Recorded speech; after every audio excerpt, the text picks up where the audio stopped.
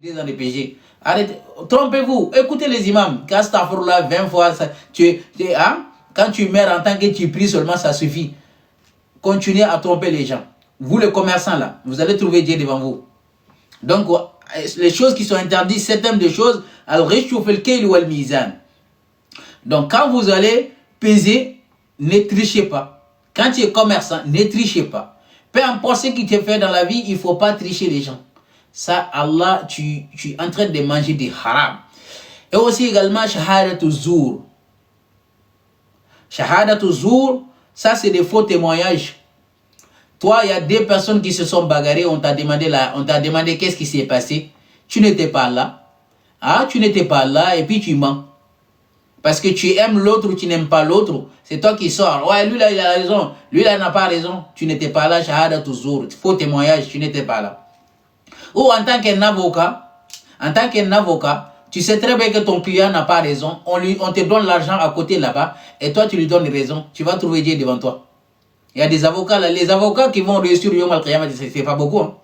Moi je ne peux pas comprendre. C'est-à-dire, je ne sais pas on vit dans quel monde. Quelqu'un qui, on sait très bien qu'on a tous les preuves. On a des preuves que cette personne-là a ôté la vie d'une autre personne, on lui donne un avocat. Comment on peut donner l'avocat à quelqu'un tueur? Quelqu'un qui fait mal aux autres, on vit dans un monde où cette personne-là a le droit de se défendre.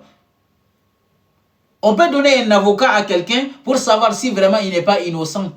Si c'est une personne innocente, oui, pour défendre. Mais si on a toutes les preuves de montrer que cette personne-là, c'est vraiment un tueur, il a quel droit à l'avocat? On lui met en prison.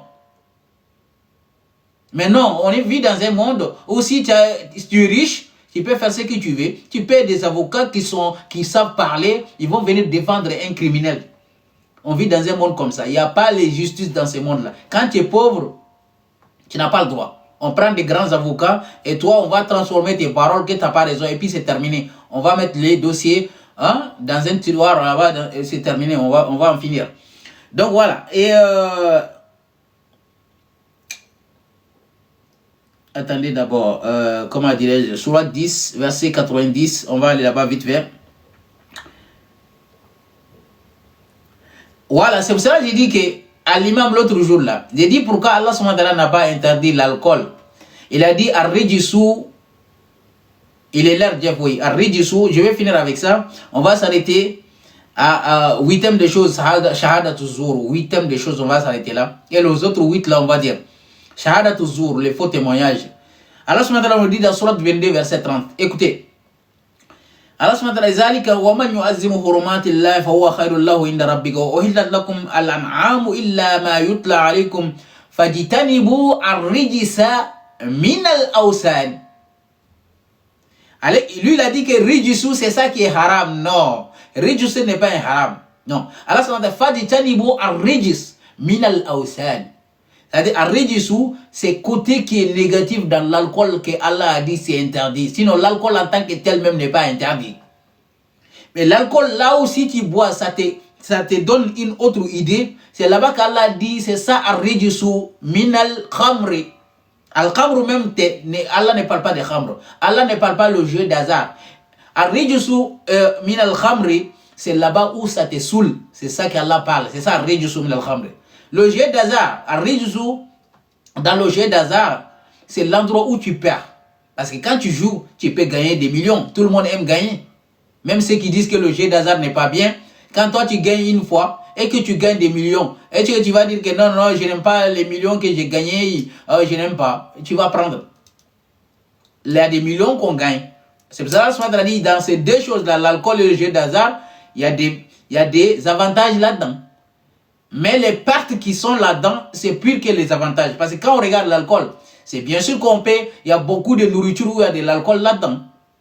Il y a beaucoup de médicaments où on peut mettre de l'alcool là-dedans. Mais ça, c'est pas interdit, tu peux le manger parce que ça ne te saoule pas. Mais l'alcool, si ça devient que ça te saoule, parce qu'il y a beaucoup de gens qui boivent l'alcool, ça peut leur provoquer des maladies, ou ils peuvent faire des accidents. C'est pour ça qu'on a dit qu'il y a des péchés là-dedans plus que l'utilité. Il y a de l'utilité là-dedans. Donc l'utilité là, il ne faut pas qu'on oublie. Si on dit que l'alcool est interdit, et l'utilité qui est là-dedans, on le met où?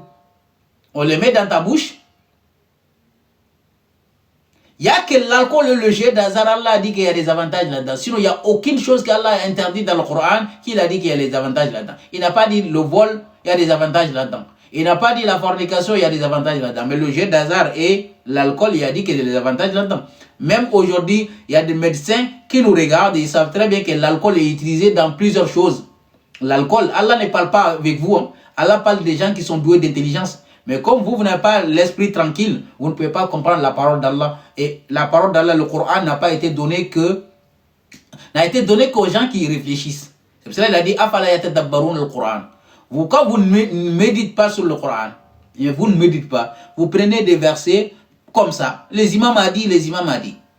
Donc l'alcool n'a jamais été interdit, ni le jeu d'hasard. Allah subhanahu wa ta'ala nous a prévenu seulement. Éloignez-vous, et il a dit la même chose. Fajitanibu ar-rijsa min al-awsan wajitanibu qawla az-zur. Et éloignez-vous de quoi? Des paroles mensongères. Et tout ce qu'Allah a dit, ijitanibu, il y a des bienfaits là-dedans. Et je vais vous dire pourquoi Allah subhanahu wa ta'ala dit Fajitanibu qawla az-zur. Éloignez-vous des paroles mensongères. Il n'a pas dit les paroles mensongères sont haram. Pourquoi? Parce qu'il y a des moments où, par exemple, tu es pendant la guerre. Pendant la guerre, par exemple, on t'a attrapé. On t'a attrapé et tu as des collègues qui sont cachés à côté. Et tes ennemis, ils te posent la question. Est-ce que tu es seul ici? Tu vas dire la vérité? Que oui, non, non, je ne suis pas seul. Il y a mes collègues qui sont autour. Non. Le mensonge là-bas n'est pas considéré comme un mensonge parce que tu es en train de sauver des vies. Tu vas leur dire oui, tu es seul. Si tu vas mourir seul. Mais pour sauver tes collègues là, c'est ça les règles. Et ces mensonges, Allah n'a pas dit haram. Il a dit fajitanibu, éloignez-vous, parce qu'il y a des côtés positifs aussi là-dedans, des mensonges. Souvent même la femme que tu as mariée, tu n'aimes pas ta femme hein, au fond de toi. Oui, il y a des femmes ou il y a des hommes que tu te maries. En réalité, au fond de toi, souvent tu les aimes pas trop. Il y a des mariages qui sont comme ça. Mais même si tu n'aimes pas cette femme-là, souvent de mentir même là au fond de toi, oui, ma chérie, tu sais, toi tu es la femme la plus heureuse au monde, tu es la femme la plus belle. Souvent on dit à notre femme, tu es la femme la plus belle. Mais c'est des mensonges, tu sais très bien que ta femme n'est pas la femme la plus belle. Mais tu lui dis ça parce que ça lui fait plaisir. Ça fait plaisir à une femme de dire que tu es la femme la plus belle devant moi, tu es la femme la plus belle, alors que tu sais très bien qu'il y a des femmes à côté là-bas, tu l'aimes plus que ta femme. Mais c'est pour la faire plaisir. Ça c'est des mensonges, mais ce n'est pas considéré comme des mensonges.